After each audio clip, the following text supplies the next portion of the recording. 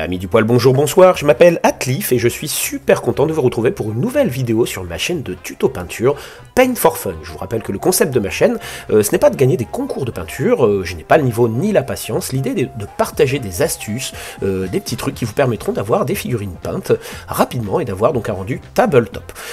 Nous allons aujourd'hui peindre 498 points de nains pour Warhammer The Old World en utilisant les techniques que j'utilise habituellement, à savoir une sous-couche de Zandridust, qui sera ensuite ombré par de l'Agrax Earthshade, et je finirai après par un brossage de Wraithbone. C'est une technique qui s'appelle le Slap Shop, une technique connue assez maintenant, et par la suite on va utiliser de la peinture citadelle contraste. J'ai déjà expliqué pourquoi j'utilisais plus la citadelle, etc. Je ne reviendrai pas dessus.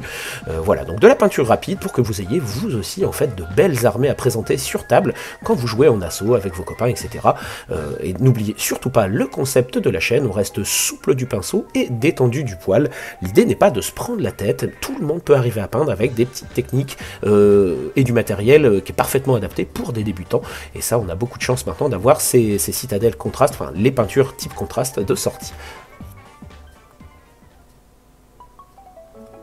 Alors, nous allons donc commencer la première application de cette peinture. En fait, j'ai toujours tendance à commencer par l'intérieur de la figurine. Donc je vais poser en fait les évidences. La peau par exemple, je sais qu'elle sera en Gulliman Flèche. Je commence toujours par les choses, comme je vous dis, qui sont évidentes et par l'intérieur, on va dire, donc le visage, etc. Pour éviter déjà de repasser par-dessus en fait. Si vous commencez par les extérieurs et que vous allez après peindre l'intérieur de votre figurine, vous risquez des fois de déraper, de baver, etc. Donc là, les mains sont complètement à l'extérieur. Par contre, si vous avez des visages, de la peau, un torse, etc., je vous invite vraiment peut-être à commencer par ça. Et après, quand je dis je commence par les évidences, c'est-à-dire que des fois, j'ai pas nécessairement mon schéma de couleur qui est défini dans ma tête, en fait. Et pour le coup, je préfère effectivement, dans ces cas-là, poser les couleurs qui sont évidentes. Le Gulliman Flèche, je sais que la peau sera comme ça, donc je ne me pose pas de questions et je vais appliquer donc cette couleur sur la totalité de toutes mes figurines. Donc j'ai un peu plus de 30 figurines hein, quand même, vous avez vu dans la séquence d'introduction, 498 points de 2, non, ça fait pas mal.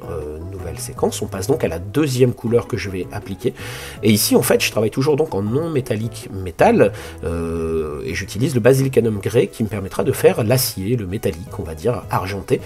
J'utilise pas les couleurs métalliques parce que du coup avec les paillettes, etc., ça nécessite un petit peu plus de travail. Il faut mettre sur palette, il va falloir avoir un gobelet d'eau différent pour éviter de polluer, on va dire, votre gobelet classique.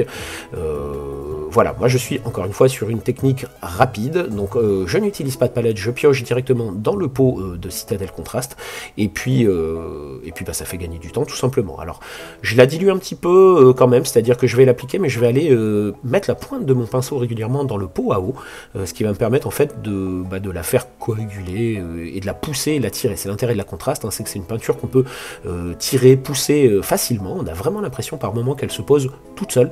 Alors j'exagère hein, quand même, effectivement, mais les lavis qui sont très liquides aussi, les encres que j'utilise très rarement, un petit peu, mais beaucoup plus rarement, vous maîtrisez moins en fait l'application de la peinture parce que elle a tendance effectivement à aller directement dans les creux, et c'est pas nécessairement ce qu'on veut. La contraste en fait, en ayant travaillé votre brossage à sec en premier, comme j'ai fait en expliquant Zandridust, Agrax Earthshade et Wraithbone, vous allez pouvoir l'appliquer en fait par transparence. En fait, vous voyez qu'on arrive tout de suite à avoir un effet qui donne l'illusion en fait d'avoir des contrastes, hein, et c'est clairement le but que l'on recherche ici pour peindre cette armée rapidement, c'est d'avoir du contraste en posant juste 2-3 couleurs. Voilà, je repasse un petit peu quand c'est un petit peu trop fin selon moi, mais en général un passage suffit. Faut pas trop surexposer, ajouter de couches supplémentaires en fait, parce qu'au bout d'un moment en fait plus vous allez en mettre, plus ça va devenir opaque et vous allez perdre l'effet tout simplement qui était recherché de peindre avec une seule couche en transparence. Voilà, donc le Gilliman est posé, le métallique, vous voyez, je l'ai fait sur toutes les figurines.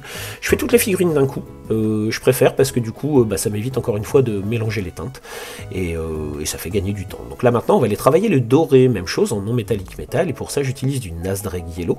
Je l'ai utilisé plein de fois déjà hein, sur d'autres vidéos, je vous invite à aller les voir, notamment j'ai fait un Stormcast, et vous voyez en fait, je trouve que ça match pas mal, hein, c'est un espèce de jaune, mais qui n'est pas tout à fait jaune, selon moi. Voilà, je bouge un petit petit peu, pardon.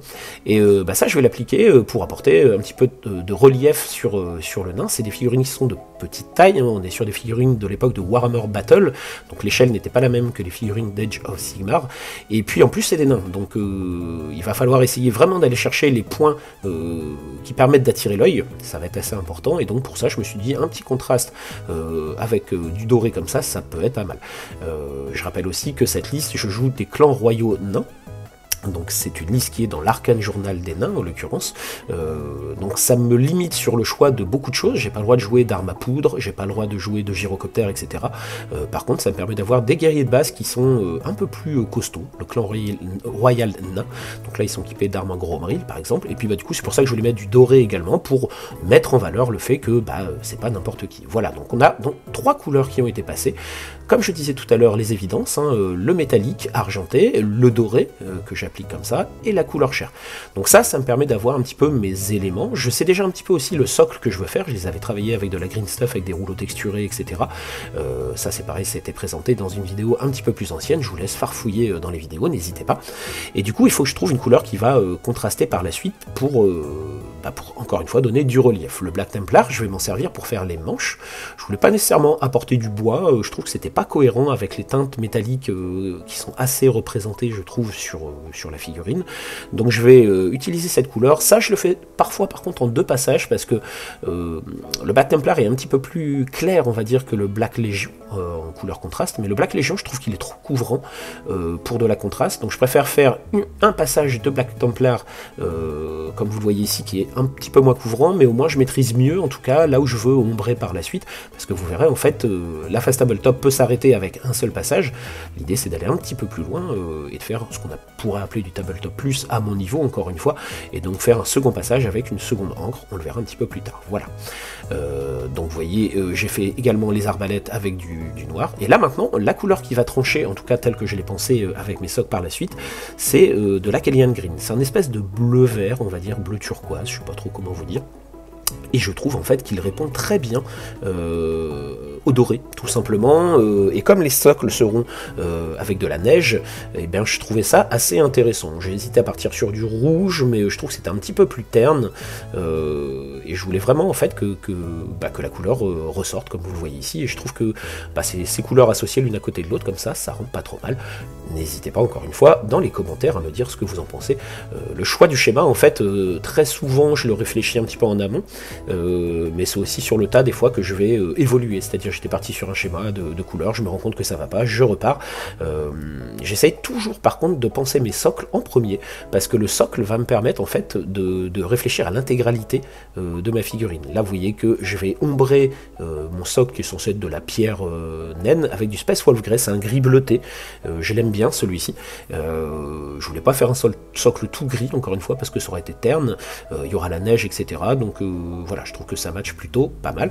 Et donc comme je vous disais, je choisis de faire mon socle, j'essaie de réfléchir à mon socle parce que le socle doit mettre en valeur votre figurine, mais c'est pas ce qu'on doit regarder en priorité. La figurine doit rester le point central, focus de ce que vous présentez en fait. Donc je cogite à peu près à mon socle, à ce que je veux en faire, et ça va me permettre après de définir un petit peu plus facilement, en tout cas, le schéma définitif de mon armée. Là je vais aller chercher le Willwood qui va me permettre de travailler les quelques parties cuir et bois. C'est un marron qui est assez foncé, mais c'est parce qu'il faut aussi apporter un petit peu de foncé. La contraste en fait, en travaillant comme ça, en plus on va faire un brossage à sec par la suite de Wraithbone, ça peut devenir assez pâle, et donc il faut quand même avoir des couleurs qui sont un peu fortes. Vous voyez le Willwood tout de suite, paf, il s'impose on va dire sur la figurine, on voit tout de suite l'élément, on voit également que grâce à l'effet contraste et le brossage qui a été fait en dessous, les ombrages sont faits directement, voilà. Et donc ça je vais également reprendre sur les flèches d'arbalète, sur les carreaux pardon d'arbalète, la partie en bois tout simplement qui est ici, voilà. Alors il y a très peu de cuir à appliquer comme ça, mais voilà, je trouve que encore une fois c'est assez cohérent dans le choix. Là normalement on est quasiment au bout pour les premières passes de peinture. Je vais faire les barbes. Les barbes j'ai utilisé essentiellement du Gorgun Tafur et du Space Wolf Grey. Le Gorgun Tafur, ce que j'aime bien c'est qu'il a un aspect un petit peu roux, on va dire, comme vous le voyez ici, roux orangé, sans pour autant être complètement orangé. Si je devais partir sur une armée de tueurs, ce qui est tout à fait possible dans les clans royaux nains, en l'occurrence, on peut jouer Ungrim, qui est un seigneur nain, seigneur tueur nain, en fait, on peut jouer plein de tueurs, ça c'est assez sympa. Je ferai peut-être ça par la suite, c'est pas l'idée pour le moment. Et là, je partirais sur un Magmadrot Flame, qui sera un orange beaucoup plus pétant, pour des tueurs en tout cas, mais là, je voulais juste en faire des rouquins, tout simplement, et je trouve que Gorgunta, qui est une de mes couleurs préférées en contraste, qui marche avec beaucoup de choses, je trouve que ça match plutôt pas mal. Et puis l'autre barbe que je vais utiliser, c'est le Space Wolf Grey, qu'on a utilisé également pour le socle, et je trouve en fait qu'il rend pas trop mal en fait, pour faire une barbe un petit peu grisée, sans faire du noir et blanc, parce que c'est rare quand même d'avoir du noir pur et du blanc, il y aura toujours ce brossage par la suite, donc j'aime bien le Space Wolf Grey pour ça. J'ai essayé d'autres teintes aussi avec du Willwood, mais pour le coup sur la barbe, j'ai pas été convaincu. Du coup, je ne l'ai pas reproduit très souvent. J'ai pas voulu faire de barbe noire non plus parce que je trouve que ça n'aurait pas ressorti. Donc vous verrez à la fin de cette vidéo en fait que c'est essentiellement du Space Wolf Grey et du Gorgon Tafour que j'ai utilisé pour les cheveux et pour la barbe. Et vous voyez encore une fois les teintes. Comme je multiplie pas le nombre de couleurs différentes sur ma pièce, je les réutilise sur certaines zones, ça permet d'avoir quelque chose qui est assez limité, et c'est bien de limiter sa palette pour éviter d'avoir un truc un peu clown, où il y a plein de couleurs différentes. Voilà, donc là c'est ce que j'appelle le tabletop. On pourrait très bien s'arrêter en fait à ce niveau-là. Toutes les zones ont été recouvertes par de la peinture, c'est déjà largement jouable comme ça. Mais je vais essayer d'aller un petit peu plus loin, effectivement, par la suite, en rajoutant une seconde couche de contraste sur certaines zones, pour ajouter de la profondeur. Je vous laisse regarder un petit peu les pièces, hein. Vous voyez le champion de l'unité, par exemple, je trouve que c'est pareil, hein, c'est assez correct. Voilà, donc on va apporter du contraste sur tout ça. J'avais mis le Magos Purple aussi, ça c'est une séquence que j'ai pas repris, sur la bannière aussi, et sur tous les manches de mes rangers, ou de mon Tan, hein, qui est ici. Je trouvais que c'était intéressant, ce violet et ce bleu turquoise, toujours pareil, qu'on retrouve sur le bouclier et sur la bannière. L'idée c'est justement d'apporter du contraste. Le Magos Purple, alors là c'est une séquence que j'ai mis très rapide parce que elle n'a pas un grand intérêt, c'est un deuxième passage de contraste que j'ai passé sur la bannière. En fait on voit qu'il y a quelques parties blanches ici. J'hésitais à vous mettre la séquence parce que clairement techniquement il n'y a pas grand chose à dire, à faire, mais il m'est arrivé une catastrophe entre guillemets, une catastrophe qui arrive très régulièrement aux peintres qui utilisent la peinture Games Workshop Citadel. Comme vous allez le voir juste après, eh bien oui, effectivement, le pot de Citadel Contrast qui se renverse parce que leur gamme de peinture est très bien, mais on est bien d'accord que leur pot, c'est, on ne dira pas le mot.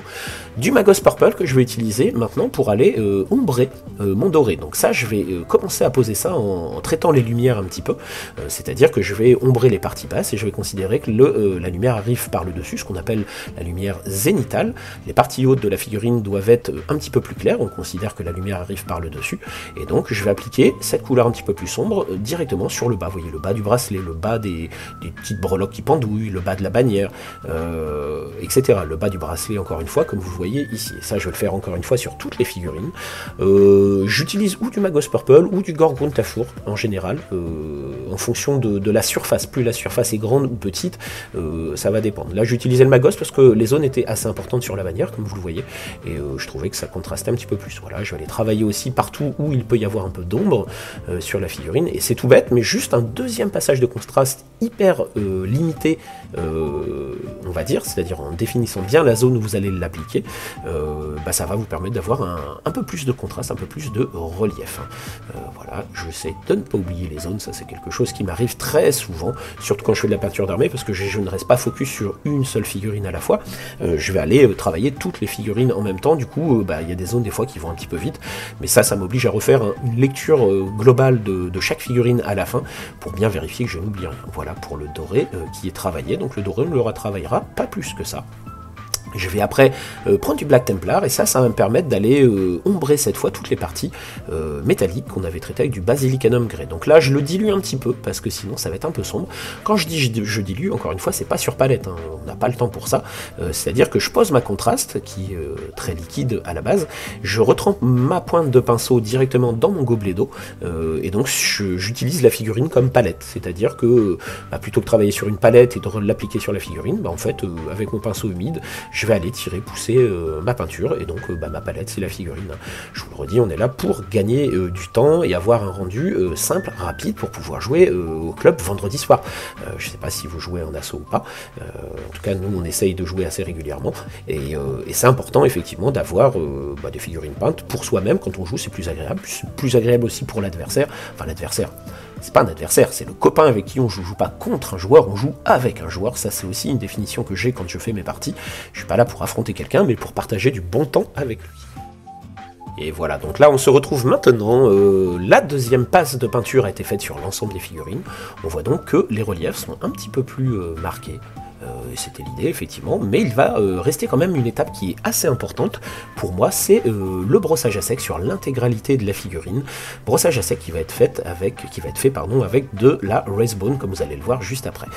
Ça va me permettre de remettre un petit peu en relief les parties hautes, encore une fois, de retravailler le métallique qui est assez terne, comme vous le voyez ici, et puis surtout de donner un peu d'éclat aussi à mon doré. On voit bien le travail du doré qui a été fait avec juste le passage de Nazdrag Yellow et de Magos Purple. Donc pour ce brossage à sec, en fait, on va utiliser les couleurs que j'utilise habituellement, à savoir le Wraithbone. Encore une fois, c'est ce que j'ai utilisé au tout départ pour la sous-couche. Le pinceau que j'utilise là, c'est du Green Stuff World et c'est en taille 7, c'est un intermédiaire. Et comme vous l'avez vu, j'utilise du carton. Le carton est beaucoup plus intéressant en brossage à sec que d'utiliser du sopalin, par exemple. Alors, je ne saurais pas vous dire pourquoi, hein, je ne suis pas expert en la matière, mais ce qui est sûr, c'est que ça accroche beaucoup mieux la peinture. Et pour décharger son pinceau, je trouve que c'est plus intéressant. Vous voyez qu'on ne va pas brosser de haut en bas de façon verticale comme on brossait à l'ancienne avec ce genre de pinceau.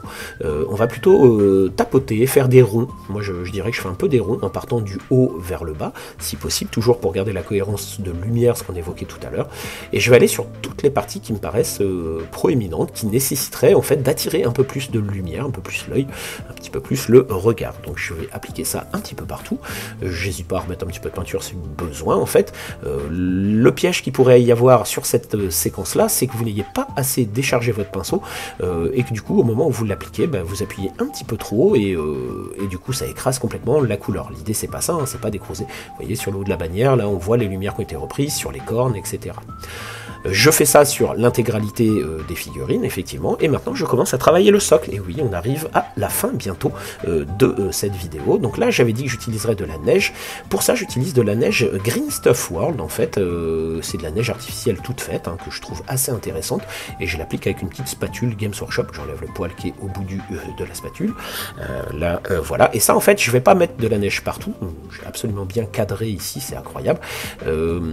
Mettre de la neige partout, je trouve que c'est un peu tout much en fait, et puis on verra plus en fait le socle que j'avais travaillé avec le rouleau texturé, donc je vais plutôt en appliquer avec parcimonie, on va dire, faire des petites touches blanches comme ça, pour qu'on voit toujours le sol pavé, les petits graviers que j'avais rajoutés par la suite également.